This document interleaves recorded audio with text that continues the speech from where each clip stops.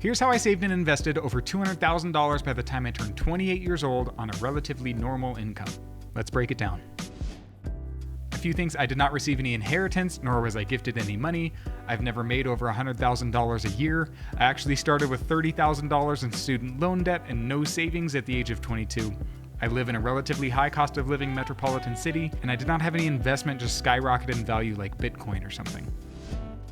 So how did I do it? Well, I did it through the only way that you save money, which is to spend less than you make. And I didn't make a ton right out of college. I started by making $38,000 a year just working in a call center, and I worked my way up to $72,000 a year. So throughout this time, I averaged around $55,000 a year, which is pretty close to the median household income. And when you start out, it doesn't really matter a ton where you have it invested. It's not like you have a ton to lose, and your savings rate is far more important. Just the amount that you save is going to help push you to be a lot more financially successful. So I had to find a way to save a lot of money around this $55,000 of income. And where do people typically have their biggest expenses? Well, housing, and especially in the US, cars.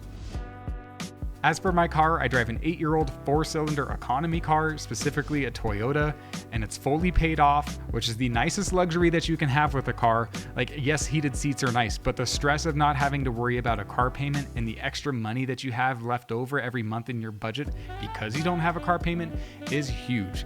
The average US car payment is gigantic. So if you can drive a used car or a paid off car, it's going to be a lot better for you. Specifically, if you buy a used car, you can get a huge discount.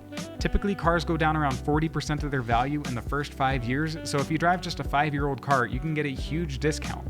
And if you save up for it in cash, you live without that stress of having a car payment, and it just frees up so much extra money for you. As for my housing, I was fortunate to be able to live with my parents for a couple extra years after graduating college, where I saved over 90% of my income. I realized I'm really blessed to be able to have done that, but here's what I would do if I didn't have that opportunity, and it's exactly what I did when I moved out. I moved in with a roommate. Specifically, I moved in with my brother. And there's a common rule of thumb in finance that you want your housing to be under 25% of your income. So we calculated out what our combined income was, and we chose to split that rent on a townhome, and it gave us a lot of breathing room to the point where I was able to save over 33% of my income at this time. So yes, I'm very blessed to have been able to save 90% of my income during that time, but even if I had saved that 33% by just living with a roommate, I would still be in a really great position.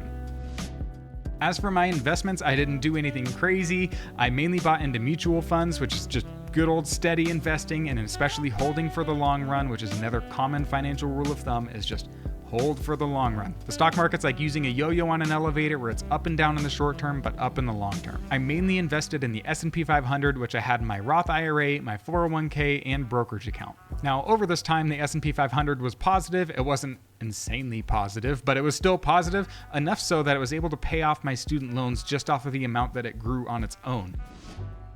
So I had noticed that I had paid down my student loans to around $24,000, but I realized that my brokerage account had grown by more than that amount. So I was able to sell the amount that my investments grew and just pay off my student loans in one fell swoop.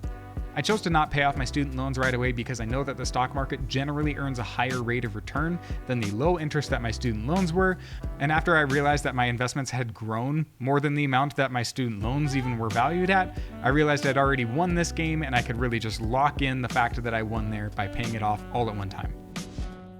Also, an important note, I don't feel like a miser. I've been able to spend and have fun. I've gone to over probably 50 concerts, and I've been able to travel, and I still go out to eat. Not a ton, but I still feel like I've been able to enjoy life, which is really important. And if you have a good budget, you can enjoy life and you can still invest a lot of money simultaneously. And now when I go out to eat, it feels like a real luxury to me, and it makes me appreciate it more. But I've also learned that I can tend to cook food that I like better at home anyway, and I can tend to make it a little bit healthier, and it's just a fun skill to learn to be better at cooking. And far more important than anything else, it saves money. I'm just kidding, by the way. It's very important to have a balance of being able to save money, going out to eat and having fun, and still trying to find ways to eat healthy. Also, there's tons of things that you can do for free or that cost very little. For example, a gym membership can be anywhere between $15 and $40 for a cheaper option. And that's something that you can really enjoy, and you can still get a lot of use out of it.